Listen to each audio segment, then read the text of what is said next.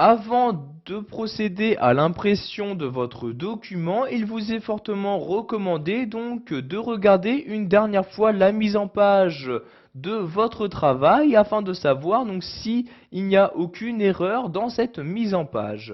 Donc nous allons donc voir ici comment préparer votre impression sous Word 2010. Pour ce faire, vous allez vous rendre en haut de votre écran et cliquer ici sur l'onglet mise en page. Donc une fois dans cet onglet-ci, vous allez pouvoir gérer la mise en page de toutes vos feuilles. Vous pouvez par exemple gérer la longueur donc de vos marges en cliquant ici sur marge comme ceci. Donc vous choisissez soit des marges normales, étroites, donc les marges étroites vous permettront donc d'insérer un maximum de texte sur une même feuille et donc de gagner de la place.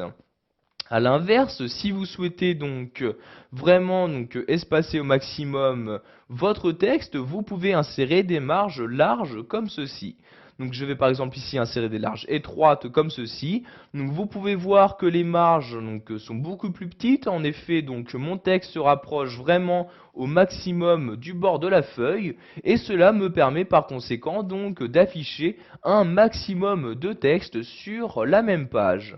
A l'inverse, donc si je souhaite augmenter la taille des marges, je reclique ici sur marge comme ceci et je vais par exemple mettre ici des marges larges comme ceci. Je clique sur large et voyez donc les marges sont beaucoup plus conséquentes. Donc je vais aussi remettre les marges à leur état initial. Je clique donc ici sur marge puis sur normal comme ceci.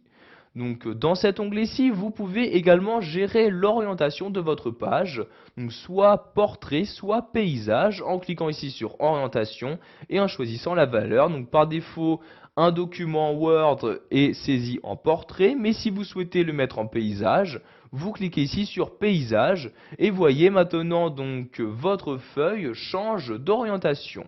Nous allons ici remettre le mode portrait, je reclique pour cela sur orientation et je clique ici sur portrait comme ceci.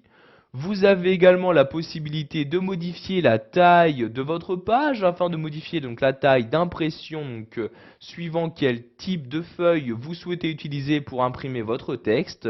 Donc, pour modifier la taille, je clique ici sur taille comme ceci et donc les différentes tailles présentes sous Word 2010 vous sont proposées dans le menu qui vient d'apparaître. Donc, par défaut, il s'agit d'une taille A4. Si vous utilisez des feuilles A3, donc vous pouvez gérer donc cette taille-ci en cliquant ici sur A3 comme ceci et voyez donc automatiquement la taille de votre feuille sous Word 2010 est elle aussi donc modifiée. Nous allons remettre ici la taille A4, je reclique donc sur taille et je sélectionne A4 comme ceci. Vous avez également la possibilité de diviser votre texte en différentes colonnes en cliquant ici sur colonne. Vous voyez par défaut il n'y a bien évidemment qu'une seule colonne. Vous pouvez par exemple mettre deux colonnes sur une même page. Donc vous voyez ici je clique sur deux comme ceci et maintenant donc mon texte apparaît donc toujours sur la même page mais cette fois-ci est divisé donc en deux colonnes.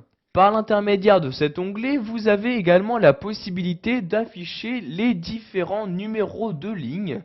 Donc je clique ici sur numéro de ligne. Si vous souhaitez donc ajouter des numéros de ligne pour chacune de vos lignes, je clique ici sur continue et donc maintenant un numéro de ligne apparaît donc pour chaque ligne.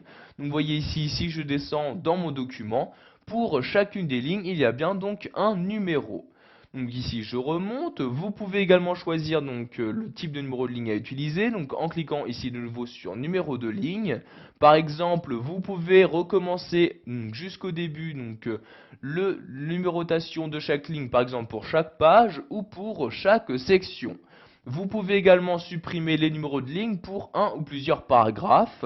Vous voyez par exemple ici, je sélectionne le paragraphe comme ceci, je reclique sur numéro de ligne et par exemple ici je vais mettre supprimer pour le paragraphe actuel et vous voyez donc la numérotation s'arrête pour le paragraphe et reprend donc juste après celui-ci. Donc je vais maintenant donc supprimer tous les numéros de ligne en cliquant ici sur numéro de ligne et en sélectionnant aucun comme ceci.